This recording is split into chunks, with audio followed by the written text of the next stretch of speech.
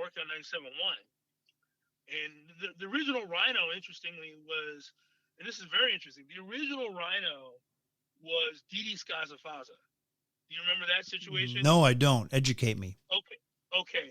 So in 2009, I believe, late 2009, there was Tea Party had blown up. Tea Party was getting big, and there was a race out in somewhere in the East Coast. I don't remember. I think it was Connecticut or someplace. I don't know. It was a little bitty congressional race, but it was a congressional race.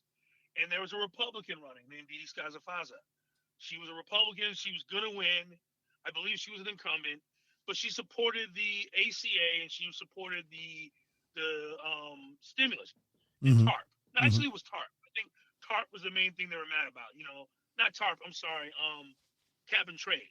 Okay. She supported cap and trade, and cap and trade was, you know, and I didn't like cap and trade either. I thought it was a pretty lousy. I read it. I'm like, this is stupid. Anyway, so I didn't support cap and trade. I thought it was a dumb bill, but I didn't think it necessarily defined you as being a Republican or Democrat or whatever. It was just I thought it was a bad bill. So anyway, this other guy named, I forgot what the hell his name is, Doug something, Doug Paul or whatever. This is just some guy said, I'm going to run against her. And he joined the Tea Party. And he ran on being a, quote, real conservative. And he ran on opposing everything Obama's. I oppose everything Obama's doing. And then talk radio. And I believe Dana Lesh might have been the first one. I believe Dana Lesh was actually the first one to jump on the story. And was saying, I'm not supporting these guys of Fasa. I'm supporting this other guy. And then other people started doing it. And then Newt Gingrich gets up. And Michael Steele gets up and says, hey, what are you guys doing? We need to support this Didi Scazafaza person so we can keep him, you know, so we can eventually take the House back. And they just unloaded on both of them. They're like, you guys are the problem. You guys are the Republicans that are causing us to lose our way. And that's when the Rhino thing started getting thrown around. Mm-hmm. Okay. And ironically, 2 years later, Newt Gingrich was running, and he was the #1 Tea Party select guy. I remember that. At one point. Mm-hmm. But he was the original guy that got nailed for supporting rhinos. And that's when I'm like, you guys are not really actually applying principles. You're just you're jumping on trends. And, but yeah, the rhino thing I thought was kind of dumb. Like, wait a minute, you're saying like a Republican can have any value. It's a party. It's right. It's not a value. They're making it like there's only one Republican value that you should have. Exactly. Like, that's never been the case. Yeah, and that's what makes any political party. That's how they evolve. If everybody always thought same way every single time, a party would never evolve, and it would go the way of the Whigs. But right. even in the Democratic Party, I mean, they've got the more moderate ones like Pelosi and Biden, Schumer, and then you've got the progressives. They're not alike, and they argue all the time. No, yeah. I mean, it's natural. I mean, it's never. And what's interesting is like what the thing that started bothering me about that Tea Party movement is like they made themselves out to be such big history buffs, but they had it was a really simplistic and sanitized version of history. Because they would like, they embrace Thomas Jefferson. They love Thomas Jefferson. That's cool. He's the most exciting founding father or whatever. But they had this simplistic notion that, America was founded. The government wasn't involved in anything until 1920 or whatever. They picked some year, or the government was out of everyone's lives until FDR came along. I'm like, that's not true. I mean, you just made that up. I mean, the government has always been messing with stuff and picking winners and losers and helping corporate. From the day this country started, the federal government affected who got rich and who got poor. It's never been the case where it was just like, oh, everyone just go out and get some land and you just do whatever you want. No, that's never been part of American history. Well, now, and that's what's going on right-wing talk radio now. Yes. They're talking smack. They're talking stuff that just isn't true. I'll give you two Yeah. examples. I don't remember where it was either a Facebook post by a radio person or something I heard. I don't remember. This was recently. And I agreed with them 100%, but not the way they meant for me to agree. They basically said, look, the whole vaccine thing, this was an anti-vaxxer. He said, I guess the same people who don't believe that a cruise missile was actually what hit the Pentagon, they believe in vaccines. I'm thinking, okay, maybe so, but it was like, okay, everybody knows it really was a cruise missile that hit the Pentagon. No, a cruise missile didn't hit the Pentagon. That's not a fact. It's baloney. I mean, that's just made up. It's made up, exactly. The other one, and this was on the news station, that 93.3. It was the afternoon show. There's a guy, Sonny Wilson is his name. In fact, he's a local, I'd say politician, but I don't know that he's ever really won any offices. But he was talking about getting religious exemptions for the COVID vaccine. And he said, look, if you want something like that, contact me. I can help you out. Well, he's instant messaged me. I can help you out. Well, I instant messaged him. I haven't heard back from him yet. But I'm thinking to myself, because that station is kind of ran on a religious format. We're all patriots and we all love God and God loves us. But you're going to use religion. You're going to use Jesus to lie about not getting a shot. I'm thinking, what are you doing? What is this? This is something that 12-year-olds would think up. 12-year-olds would think up that. That's pretty terrible. That's how do you defend Christianity in America and then do something like that? You can't, because it's contrary to everything taught by Christ. Okay, let's use his name to deceive. No. But what's bad for the right is it's also making it seem like, well, if they're lying about that for this, what does that mean when they say they oppose same-sex marriages based off of religion? That's exactly right. You know what I mean? Right. And they're actually undermining their own. But like you said, I mean, I actually 100% agree with you. This isn't the conservative movement, but because of local talk radio, and I call it the conservative media industrial complex, even though it's not conservative. Local talk radio is very connected to the national radio, ONA, Fox News, all that. It's not like they're separate. It's all one matrix. The local stations are always somehow connected, and that's another thing is local stations aren't that local anymore. They're pretty much some kind of large.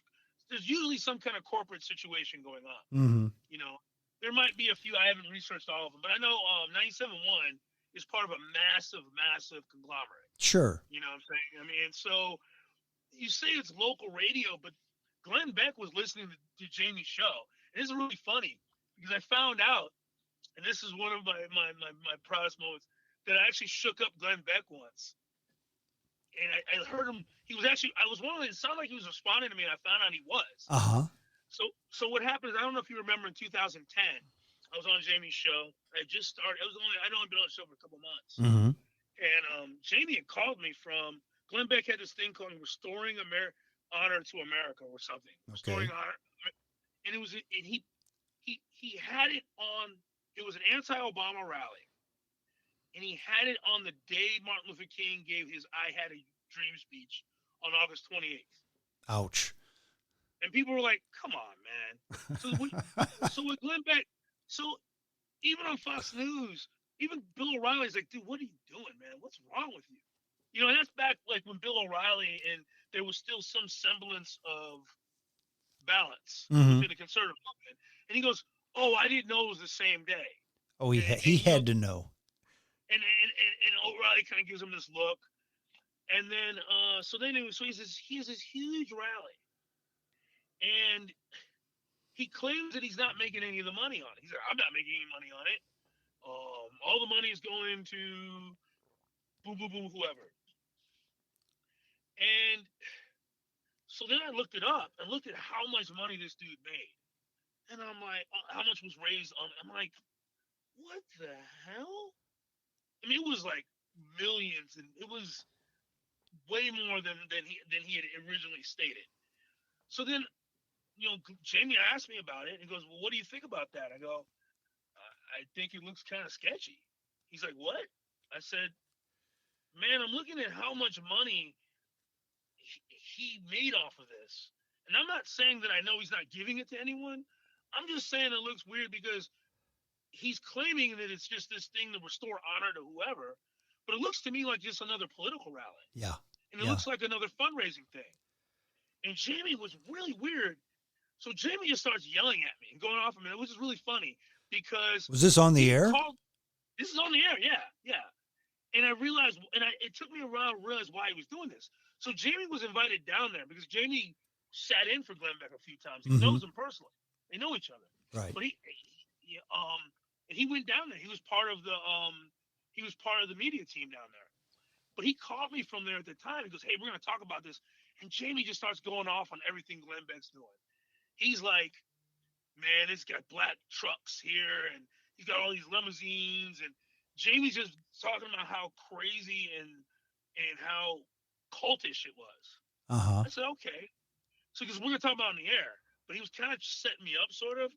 So I turn on the radio, and Jamie's just lavishing all this praise on the event, and I'm just like, "Oh, okay, I see what he's doing." And I guess he figured that I didn't. I don't know if he didn't think I wouldn't turn in. So then he asked me about it. And I just went off on it. I was like, "Look, man, I think Glenn Beck has absolutely lost his damn mind.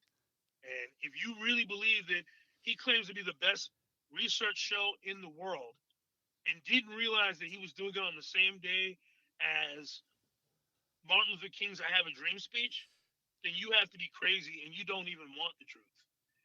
So then, Jamie yelled at me on the air, and then after the air, goes, "Oh, I was just trying to create good radio." I'm like, whatever. So I turned on the Glenn Beck because at the time, Glenn Beck came on right after Jamie's show, Uh-huh. and I turn it on, and he's just like, I turn it on at work. He goes, "Yeah, there's some people wondering about all the money that I made off of this, and saying that I did this just to promote myself and to promote white race agenda. You just have to realize how much money security is." And he's like defending himself in a way I've never heard him defend. I'm like, "Oh, it's just coincidence." So then later, I talked to one of the producers that works for he's the guy that sets Jamie up when Jamie fills in for Laura Ingraham or Glenn Beck. Okay. So he works for them too. And I asked him, I said, "Yeah." He said, Glenn Beck was actually listening, and he said, "Yeah, he kind of freaked him out." Wow. That's Because a great story. yeah, because he said in local radio, no one ever challenged him because nobody ever goes off on Glenn Beck on local radio, conservative radio. Yeah. He says, "You don't do it because most people are scared." Uh-huh. I'm like, I don't care. I mean, Yeah, Glenn Beck is an interesting guy. I can't tell you how many times I've thought, yeah. Right. What are you doing? I mean, I listened to, first time I listened to Glenn Beck was 2002. He was the local guy on WPHT in Philadelphia, 1210 a.m. And I told people, I said, "Hey, there's this local guy. He's the afternoon drive guy, I think he was. His name is Glenn Beck. Remember that name. You will hear from him nationally." And bang, Right. he took off shortly after that. I was a huge Glenn Beck fan, 2006 to about 2000, so about right up until the election where Obama won. So for about almost 3 years, it was like early 2006. I loved him. I thought Glenn Beck, even though again I didn't agree with some of the stuff that he said, he wasn't a Republican. He had his own thing. He did. And I'm like, wow. And he called out Republicans like in a really, really cool way. Mm-hmm. And I was like, wow.